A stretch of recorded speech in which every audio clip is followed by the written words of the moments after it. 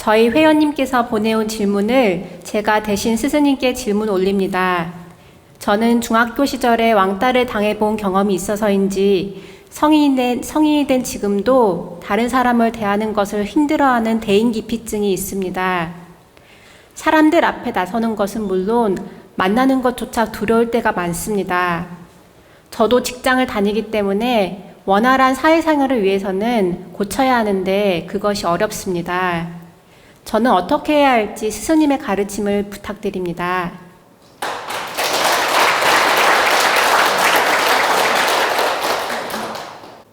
여러분들 자녀들이든 여러분들 중이든, 그러니까 여러분들의 어떤 과거 학생 시절이었든 청춘 시절이었든, 또 여러분들 자녀들 중에서 이러한 일이 있었던 이런 왕따로 인한 트라우마, 상처, 아픔들이 있었을 수 있습니다.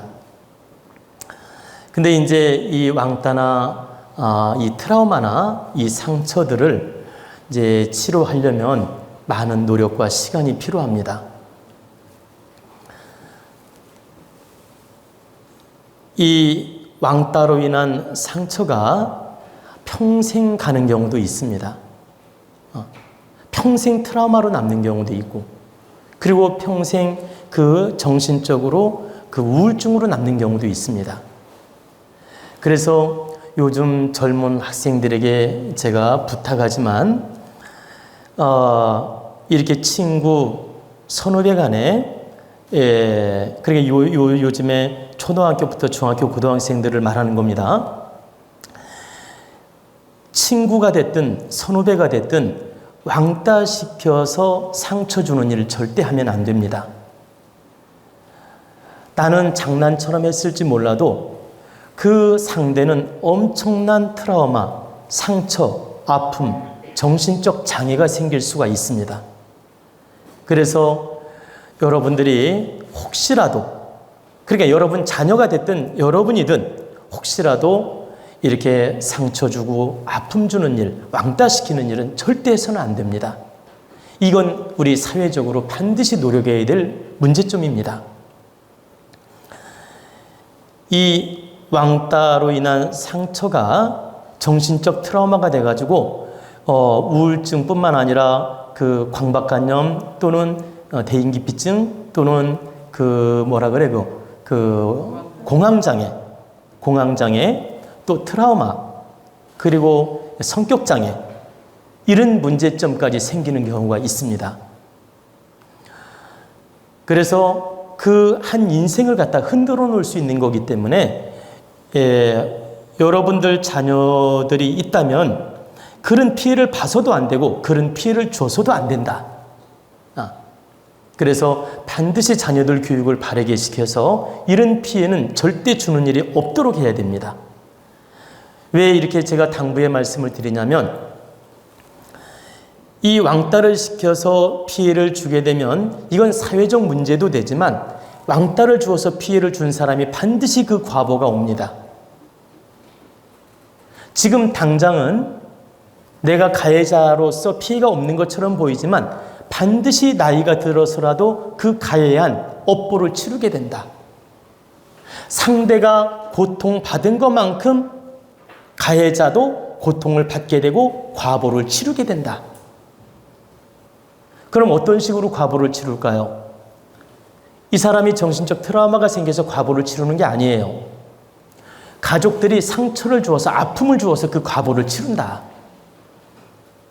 누구한테 배신을 당해서 상처를 입든, 가족들이 배신을 하든, 가족들이 아픔을 주든, 부부관계가 문제가 있어서 아픔을 주든, 어떤 형태로든 그 과보를 치른다. 그래서 결론은 왕따, 학폭을 저질러가지고 가해자가 됐을 때 반드시 내가 잘못한 대가만 치르는 게 아니라 많게는 10배 과보를 치릅니다. 그러니까 잘못한 게 10이라면 100으로 과보를 치를 수가 있다. 그렇기 때문에 절대 이런 가해자가 돼서도 안 되고 또 이런 피해자가 돼서도 안 된다. 제가 왜 이 서두에 이 말씀을 드렸냐면 이건 사회의 문제점이기 때문에 우리 모두 경각심을 가져야 된다는 뜻입니다. 그리고 이제 이걸 치료하는 방법을 물었어요. 그죠? 이걸 치료하는 방법을 물었는데 치료하는 방법은 딱 세 가지밖에 없습니다. 첫째는 자신을 내가 사랑하는 마음을 가져야 돼요. 내 자신을. 뭐라고 할까요? 자신한테 뭐라고 할까요? 괜찮아. 그때 그 시절에 그럴 수밖에 없었어. 그리고 내가 그때 참 못나서 그런 일을 겪은 거야. 근데 그 정도 괜찮아. 너는 그래도 잘 견뎠잖아. 그때 그네들이 문제가 있어서 나를 왕따시키고 이렇게 나를 힘들게 했는데 너는 그 정도 당했지만 괜찮다. 지금 이렇게 살아있고 이렇게 잘 살고 있으니 그 정도쯤 괜찮아. 그러면서 자신을 위로하고 두 번째는 나는 위대한 존재이고 괜찮은 존재이고 이 세상을 잘 살 수 있는 존재라는 마음으로 자신을 아끼고 사랑하는 마음 가져야 돼요. 그리고 나는 이 아픔을 딛고 나서 더 잘 살 거야. 그리고 나는 앞으로 더 좋아질 거야. 그리고 그 과거의 아픔들이 액땜이 된 거야. 이렇게 긍정적인 마음을 가져야 됩니다.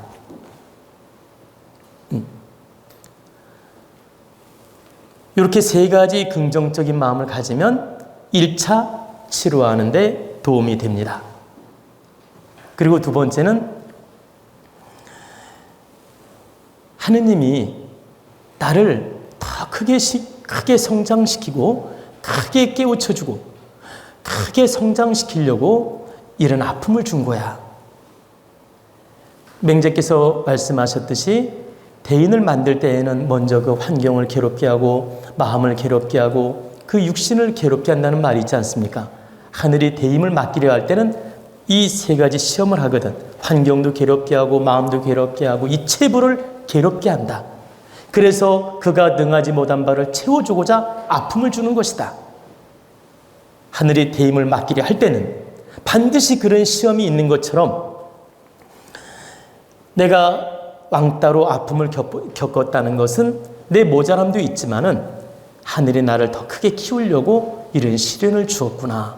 이렇게 긍정적인 마음을 가져야 됩니다. 그리고 용서하는 마음을 가져야 돼요. 내가 그 시절에 나도 잘못한 게 있어. 저 친구만 원망할 게 아니다. 나도 그 시절에 뭔가 행동이 부족했고 말하는 게 부족했고 뭔가 그 친구들 간에 어떤 학교 생활이 부족했구나. 그래서 내가 왕따를 당한 거야. 내 잘못이 없었다면 그런 일이 없을 텐데 반드시 내 잘못도 있어서 당한 거다. 그러니 용서하자. 이렇게 용서하는 마음을 가져야 돼요. 그리고 세 번째는 어떤 마음을 가져야 되냐? 내가 마음 공부하는 마음을 가져야 돼요. 마음 공부로서 긍정 마인드를 확장시켜 나가는 겁니다. 앞에 설명한 것도 전부 긍정 마인드지만 어떤 긍정 마인드냐? 나는 앞으로 희망이 있고 잘 될 거야. 그리고 앞으로 나는 10년 이후에 더 행복하게 잘 살 거야. 그리고 20년 이후에는 더 행복하게 살 거야. 그리고 나를 왕따시키고 괴롭히는 애들보다 나는 더 복되게 잘 살 거야. 이렇게 희망적 마인드를 갖는 거예요. 자기로 하여금 체면을 거는 겁니다. 이렇게 나는 더 잘 살 수 있고 더 행복할 수 있고 더 긍정적으로 발전할 거야. 나를 괴롭힌 아이들보다 나는 더 훌륭한 사람으로 성장할 거라고 희망적인 마인드를 갖는 거예요. 그러니까 마음 공부를 해서 긍정적인 세뇌 교육을 자기한테 하는 겁니다. 근데 여기서 마음 공부라는 표현을 왜 썼느냐? 마음 공부를 하면 남 탓하는 마음이 없어져요. 남 탓하는 마음이 없어져야 그 병이 치료가 되는 겁니다. 내가 마음 공부를 해서 진정으로 남 탓하는 마음을 내려놓고 나는 희망이 있고 잘 살기 위해서 그 시련을 겪은 것이다. 이렇게 긍정적으로 풀어나가는 마음을 갖는 거죠. 그러면 이 병은 스스로 고쳐진다. 한 가지 팁을 또 드리면 운동을 많이 하면 건강이 좋아지면서 정신력이 강해지고 또 좋아집니다. 여러분이 운동도 안 하고 우울증의 감정으로 좀 이렇게 비속적인 감정, 막 다운되는 감정, 부정적 감정으로 자꾸 이렇게 침체되면, 그래 운동도 안 하고 몸이 침체되고 마음도 침체되면 그런 감정들이 더 심해집니다. 안 고쳐진다 이 말이에요. 그러면 앞에 세 가지를 쭉 설명드렸는데 이 세 가지로 1차 노력을 하고 우리가 육신도 긍정으로 다스릴 때 이 병이 함께 고쳐진다. 우리 정신 에너지는 보세요. 영혼 에너지는 육신이 집이에요. 영혼과 마음, 생각, 집이 바로 육신이다. 이 육신이 건강하고 튼튼하고 이 원만하게 운영이 될 때 정신, 생각, 영혼이 온전하게 쓸 수 있다는 거죠. 그래서 반드시 운동을 해서 체력 강화를 시키는 것도 방법 중에 하나다.